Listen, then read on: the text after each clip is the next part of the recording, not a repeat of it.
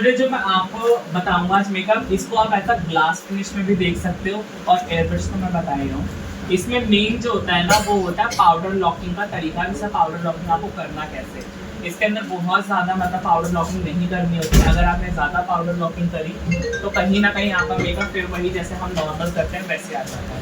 लेकिन अगर आपने पूरे बेस को लॉक भी नहीं किया तो आपका बेस हिल सकता है। तो आपको इसमें मेन ये चीज़ देखनी है कि आपको जब बहुत ग्लास फिनिश करना है तब, और जब एयर ब्रश करना है तब आपको अपने बेस को लॉक कैसे करना है। ओके, जैसे मैंने आपको शुरुआत में बताया कि जितने भी थिक चीज़ें होती हैं वो हमेशा कवरेज बहुत अच्छी देती हैं, और जितने भी थिन चीज़ें होती हैं वो शीन बहुत अच्छा देता है। अब जैसे एयर ब्रश है, एयर ब्रश के अंदर नो डाउट शीन बहुत अच्छी होती है बट कवरेज इतनी नहीं होती है। लेकिन अगर आप अपने ब्राइड को देना चाहते हो एयर ब्रश, तो सबसे पहले उसके नीचे आपको एक थिक बेस बनाना पड़ेगा। अब थिक बेस जो होना चाहिए वो आपका डर्मा का होना चाहिए, या फिर आप सुपरा भी ले सकते हो, डिपेंड करता है वो स्किन के ऊपर। अगर बहुत ज़्यादा ड्राई स्किन है तो आप सबसे पहले जो बेस बनाओगे वो बनाओगे आप अपना सुपरा से, और अगर किसी की स्किन बहुत ज़्यादा ऑयली है तो पहले डर्मा से अपना बेस बनाओगे। फिर उसके ऊपर जो लेयर आएगा वो आएगा आपका एयर ब्रश का। इसके अंदर समझ लो डबल बेस जाता है, सबसे पहले डर्मा या सुपरा, उसके ऊपर फिर एयर ब्रश।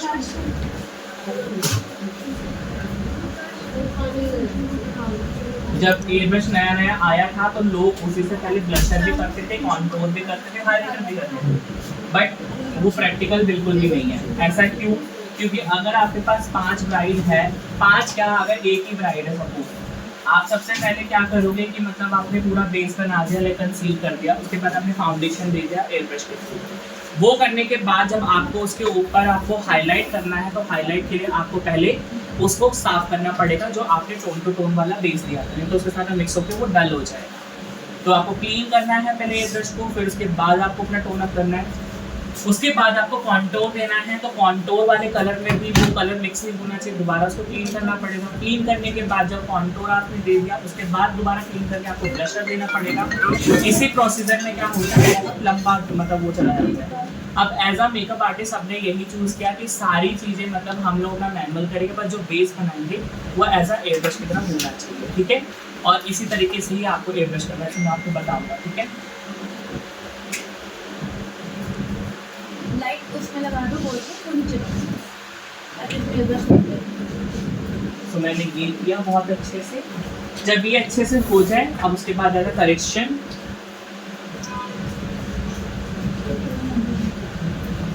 तो मैं ले रहा हूँ अपना ये, सबसे पहले डर्मा ऑरेंज D30। सर इनका फेस कौन सा है, ड्राई है या इनका ड्राई है, जितनी मॉडल्स आती होती है ना वो ड्राई स्किन की भी आती है। एंड कभी भी दिन जितने ड्राई स्किन होगी ना आपका बेस उतना ही ज़्यादा अच्छा आता है।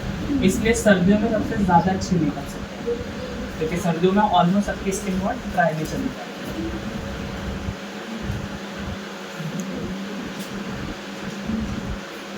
तो ये लिया,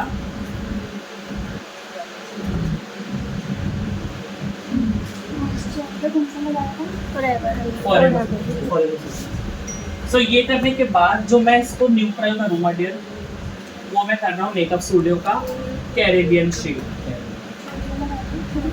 और इसको कहीं ना कहीं मैं एज अ पूरे फेस पे भी दे दूँगा। जैसे मैंने आपको बताया था डबल बेस जैसे देना है आपको।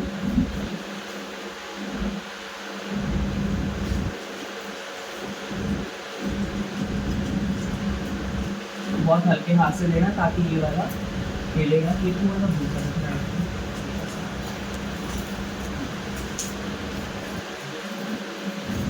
इस तरीके से। एंड देन के बाद को पूरे फेस पे बहुत अच्छे से एक में लाइट पड़ रही है, चमकीपन ज़्यादा लगेगा। दोनों कलर थोड़ा सा ये लिया। सर हम लोग इसके जगह फाउंडेशन भी कर सकते हैं? नहीं, हमेशा जब भी आप एयर ब्रश कर रहे हो तो मैंने आपको बताया कोई भी क्रीमी बेस लोगे, चाहे डर्मा ले लो, सुपरा ले लो या कैमोफ्लेज ले लो।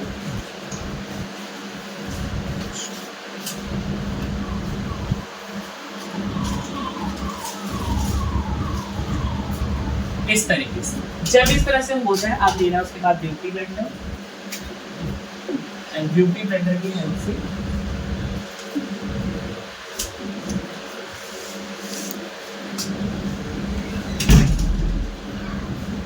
पूरे बेस को अच्छे से लो। अब एक चीज का आपको ये भी ध्यान रखना है कि जब भी आप लोग एयर ब्रश करोगे तो उसको चलाने का वे कैसा होना चाहिए और एयर ब्रश कैसा होना चाहिए। हमेशा ध्यान रखना, मशीन आप बहुत महंगी मत खरीदो, हमेशा नॉर्मली खरीदो, क्योंकि आप कंपनी के लेते हो तो भी जल्दी ख़राब होनी होती है, नॉर्मल लेते हो तो भी जल्दी ख़राब होनी होती है। और होती भी क्यों है, जब आप उसको क्लीन करके नहीं रखते साथ में। अगर क्लीन करके नहीं रखोगे तो उसके अंदर जो भी उसकी सुई होती है वो सारी की सारी ब्लॉक हो जाती है और आपका जो एयर है वो निकलना बंद हो जाता है। इसीलिए सर हम जाते हैं तो साथ में उसका लिक्विड भी लेके जाते हैं, तुरंत क्लीन कर तुरंत लेते क्लीन हैं, करना पड़ेगा उसको। क्योंकि अभी ट्रेनिंग हम के जब समय use वो करेंगे- बताए थे हाँ, अगर अभी हम जब यूज़ करेंगे ना तो क्लीन भी करेंगे तुरंत साथ-साथ। क्लीन कीजिएगा, नहीं तो फिर खराब हो जाएगा। ठीक है, बट जो प्रोडक्ट है ना वो हमेशा जेन्युइन होने चाहिए, मतलब जो आप फाउंडेशन वगैरह यूज़ करो। हम मेकअप स्टूडियो का मेरे पास है। तो किस रेंज में आती है ये मशीन? मशीन हम आप तो- ले सकते हो 3.5, 4 मेकअप स्टूडियो का तो 30,000 में लिए, ज़्यादा से ज़्यादा महंगी 7,000। 30,000 में लिए थे हम मेकअप स्टूडियो का।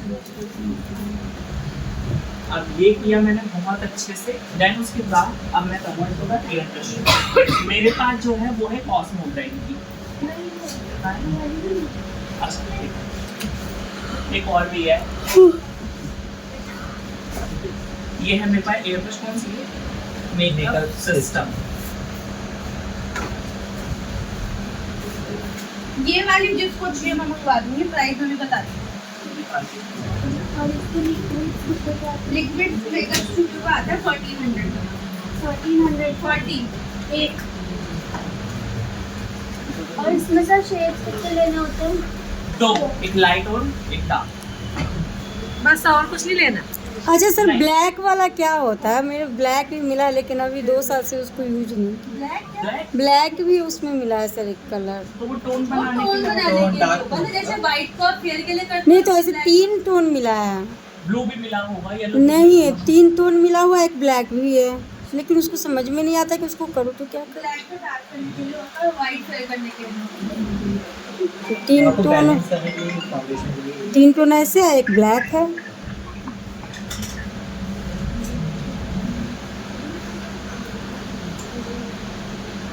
ऐसे रखा हुआ है डार्क उसमें। फेयर वाला भी। पहले मशीन वो दूंगा मॉडल। मैं भी पहले बेस बना के तभी ब्रश मशीन हमेशा चलाती पहले हूँ। चेक करोगे मशीन को कि मशीन ठीक चल रही है कि नहीं, हमेशा वाटर प्रूफ को देखोगे।